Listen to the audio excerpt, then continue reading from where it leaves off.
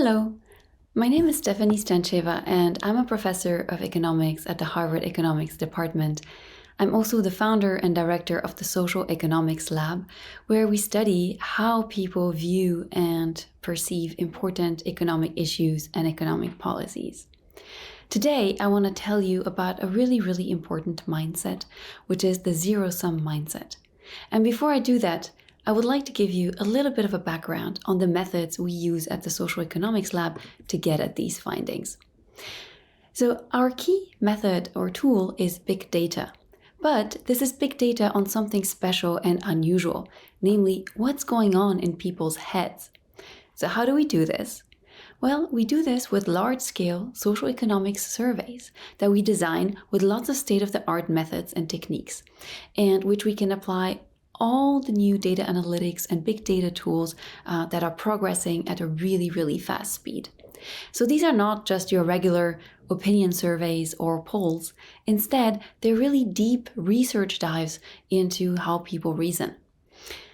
We do this at scale, so on really large samples, and we can use new big data analytics to extract patterns systematically, determine what causes what, combine it with additional information on people's socioeconomic and demographic characteristics, where they live, their experiences. And we can also do experiments, for instance, showing people different types of information and seeing how it might change their views on a given topic. So today, I would love to tell you about zero-sum thinking, which is really a key factor that shapes our policy views. So what is zero-sum thinking or zero-sum mindset?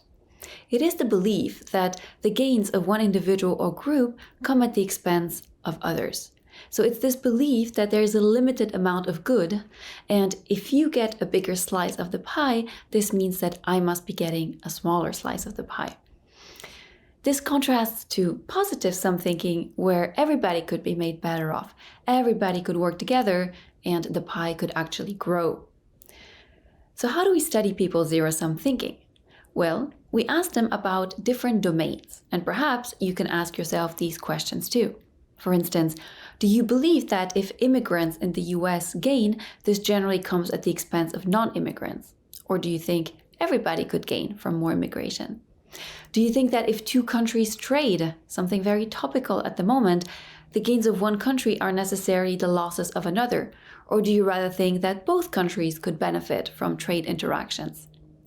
Do you think that if richer people gain, this comes at the expense of poor people?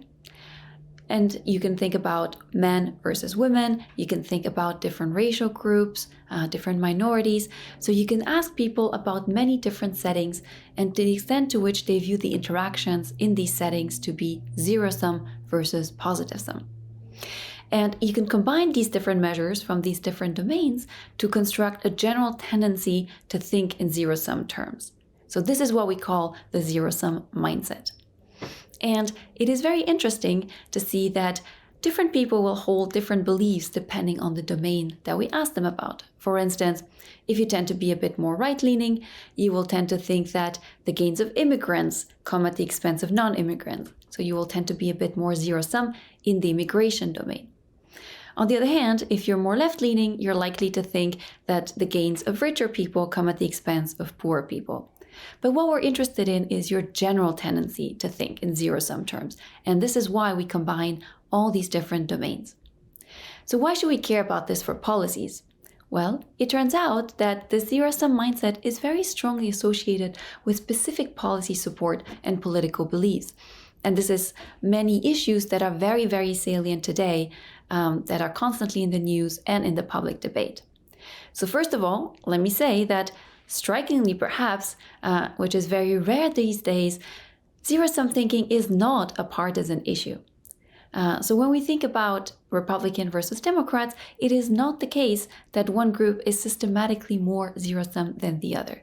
Instead, it is quite evenly split across political groups.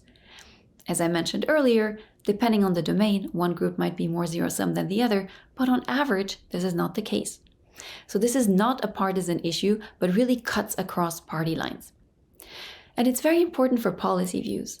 If you tend to view the world in more zero-sum terms, you will support policies that try to step in and redistribute income from the rich to the poor, or in general, increase resources from the disadvantaged to disadvantaged groups. So for instance, people who are more zero-sum will tend to support more redistribution, higher taxes. However, they will also tend to back policies that restrict immigration, driven by this belief that in general, the gains of immigrants will come at the expense of non-immigrants. They will also back more policies that try to help other disadvantaged groups, for instance, more racial equality or more gender affirmative action, policies that try to help the group that is considered to be losing in this zero-sum interaction. You might also ask, who is more zero-sum today in the US? Which groups are particularly zero-sum? Well, we can see a few interesting patterns. First of all, in general, people who live in urban areas, in big cities, are much more zero-sum than people who live in rural areas. People who have lower incomes, in general, tend to be somewhat more zero-sum than people with higher incomes. Similarly, people with lower education levels are somewhat more zero-sum than people with higher education levels. But this pattern actually flips at the top of the education distribution. So once you get into the very competitive advanced degrees like PhDs or other professional degrees, we see actually an uptick in zero-sum mindedness. Zero-sum thinking also varies a lot within the US. So for instance, in the US, one of the least zero-sum states is actually Utah, followed by Hawaii, and the most zero-sum state is New York. However, a really striking fact is how this varies by age. So one thing that we see that is really, really interesting and surprising is that younger generations in the US are much more likely to be zero-sum than older generations. And you might ask, what is this due to? What determines whether someone has a zero-sum mindset or not?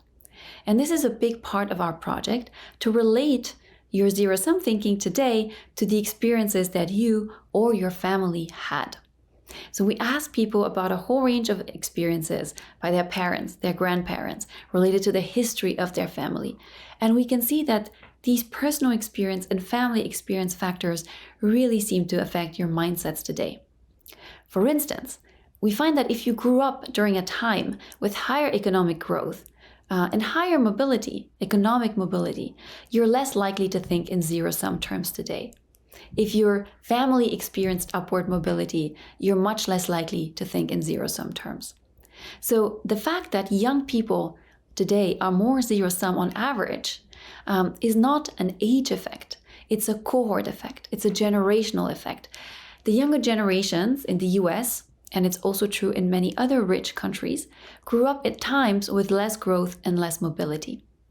And they have a much more zero-sum mindset than the older generations that grew up at times with faster growth, much more mobility. You can actually see the reverse pattern in many developing countries where growth used to be lower and growth has taken up, and similarly for social mobility. In those countries, the pattern is flipped, and we see the older generations being more zero-sum than the younger ones. But other experiences really matter too. Having an immigrant ancestry, which is very, very common in the US, or having lived in places where there were lots of immigrants who did well, is very related to having less of a zero-sum mindset.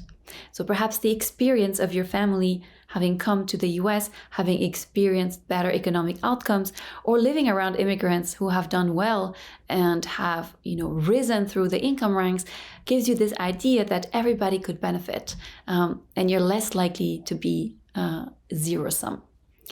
On the contrary, an experience that shapes people very negatively is, of course, experiences of enslavement.